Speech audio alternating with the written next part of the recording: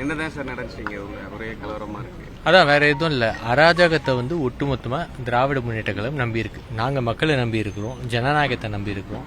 இவங்க பணபலத்தையும் இவங்க ஆட்கள் பலத்தையும் குண்டர்களையும் வைத்து நடத்தக்கூடிய ஒரு கட்சி தான் திமுக. அந்த விதத்தில் இங்கே என்ன ஆச்சுன்னா, இது போலிங் பூத் நம்பர் 13 மயிலாப்பூர் தொகுதிக்கு உட்பட்டது. இங்கேருந்து ஒரு 2 தெரு தள்ளி தான் திரு மு.க. ஸ்டாலின் முதலமைச்சர் அவர்கள் இருக்கிறார். அவருடைய சொந்த வார்டில் 2 வீடு தள்ளி இருக்கக்கூடிய இடத்துல கிட்டத்தட்ட 200 குண்டர்கள் உள்ளே நுழைந்து, அங்கே ஒரு 30 பேர் உள்ளே நுழைஞ்சிட்டாங்க.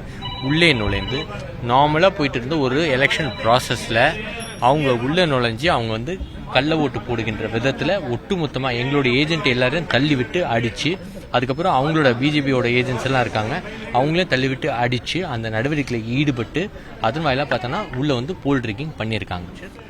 2 வீடு தள்ளி இருக்கக்கூடிய இதில் அவரோட வார்டில் இப்படி ஒரு மோசமான சட்டம் ஒழுங்கு சீர்கேடு, அவங்களை சார்ந்திருக்கக்கூடிய திராவிட முன்னேற்ற கழகத்தை சார்ந்திருக்கக்கூடியவர்கள் குண்டர்கள் உள்ளே நுழைந்திருப்பது அவருக்கு தான் வெட்கக்கேடு. ஆனால் இப்போ என்ன சொல்றாங்கன்னா, பிஜேபி மறுபடியும் ரீபோலிங் பண்ணணுங்கிறாங்க. இந்த பூத்தில் எங்களோட ஒட்டுமொத்த வேணாங்கிறாங்க. டிஎம்கே தான் மொத்தமாக ரிகிங் பண்ணது. நீங்களே பார்த்தீங்க, அந்த மிஷினை எடுத்துட்டு அவங்க ட்ரக்ல ஏற்றும் போது எப்படி ஷவுட் பண்ணி என்னமோ சாதிச்ச மாதிரி தேர்தலில் தோல்வியை தழுவ போறாங்க, அழுதுட்டு ஓட போறாங்க. இவங்களுக்கு இந்த அற்ப சந்தோஷம் இவங்களுக்கு நிறைக்கட்டும், ஒரு 10 நிமிஷம் சந்தோஷப்பட்டு சிரிக்கிட்டோம், அதுல எந்த வித மாற்று கருத்தும் இல்லை.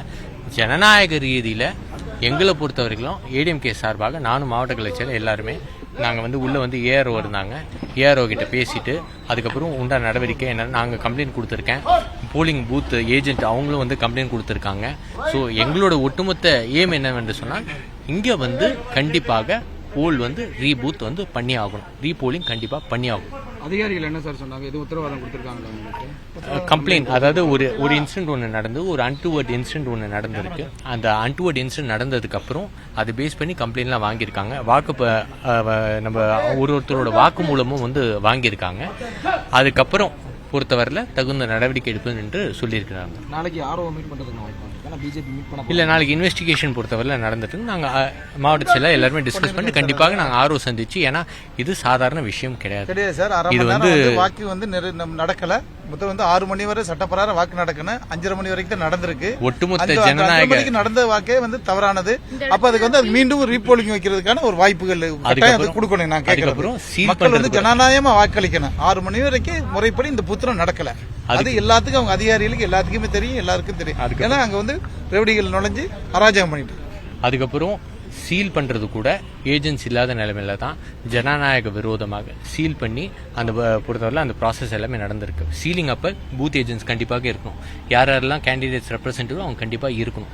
அப்படி யாருமே இல்லாத போது ஒரு இடத்துல சீல் நடந்து அதை எடுத்துட்டு போயிருக்காங்க. அது ஏற்றுக்கொள்ள முடியாது. அது பேஸ் பண்ணி கம்ப்ளைண்ட் நாங்கள் கொடுப்போம். இப்போ பாஜகவினர் தான் அத்துமீறி உள்ள நுழைஞ்சாங்க, ஜாதி பெயரை சொல்லி திட்டியதுனாலதான் இந்த பிரச்சனை வந்ததுன்ட்டு இப்போ திமுக குற்றச்சாட்டுகள் வச்சிருக்காங்க. எலெக்ஷனுக்கு ஜாதிக்கு என்ன சம்மந்தம் இருக்குன்னு தெரியல.